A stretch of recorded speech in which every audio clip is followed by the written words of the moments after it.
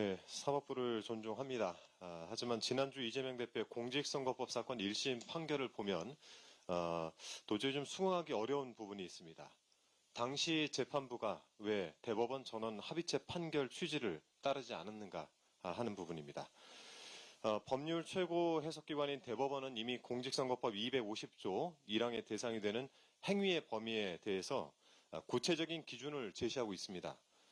대법원은 헌법상 표현의 자유의 우월적 지위, 형벌법규 해석의 원칙에 비추어서 어느 범주에 속한다고 단정하기 어려운 표현인 경우에는 원칙적으로 의견이나 추상적 판단을 표명한 것으로 파악해야 한다. 또한 어떠한 표현이 공표된 사실의 내용, 전체의 취지를 살펴볼 때 중요한 부분에서 객관적 사실과 합치되는 경우에는 세부적으로 진실과 약간 차이가 나거나 다소 과장된 표현이 있더라도 이를 허위 사실의 공표라고 볼 수 없다라고 판시한 바 있습니다.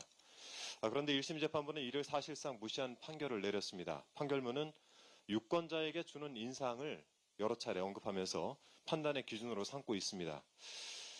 저는 이걸 오히려 판사 개인적인 시각을 투영해 검찰이 왜곡 날조한 기소 내용을 수용했다라고 보는 것이 더 자연스럽지 않을까 싶습니다. 다음 주 월요일 선고 예정인 위증교사 사건도 공직선거법 사건 못지않게 정치검찰의 왜곡과 날조가 심한 사건입니다.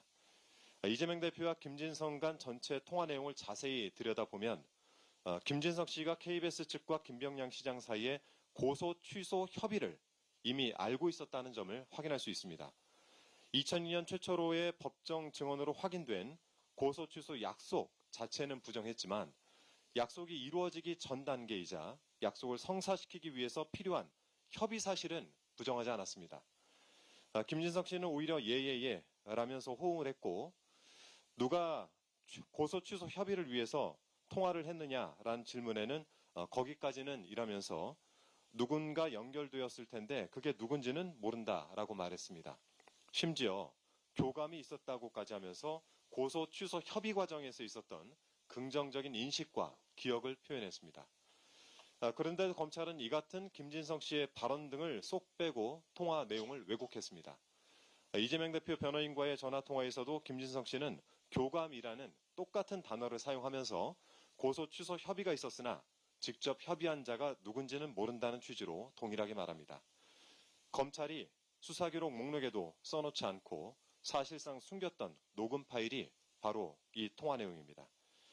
아울러 김진성 씨가 김병량 시장의 고소 대리인이자 수행비서로서 김 시장과 내밀한 사이였기에 이 협의 사실을 모를 수 없는 지위였던 점까지 감안한다면 김진성 씨에겐 고소 취소 협의에 대한 기억이 있었던 것이 분명합니다. 따라서 김진성 씨의 법정 진술 역시 기억에 반하는 허위 진술이라고 할 수 없어서 위증이 아니고 또 이재명 대표의 위증 교사죄도 성립되지 않을 것입니다. 오는 25일 법원에 현명하고 공정한 판단을 기대하겠습니다. 이상입니다.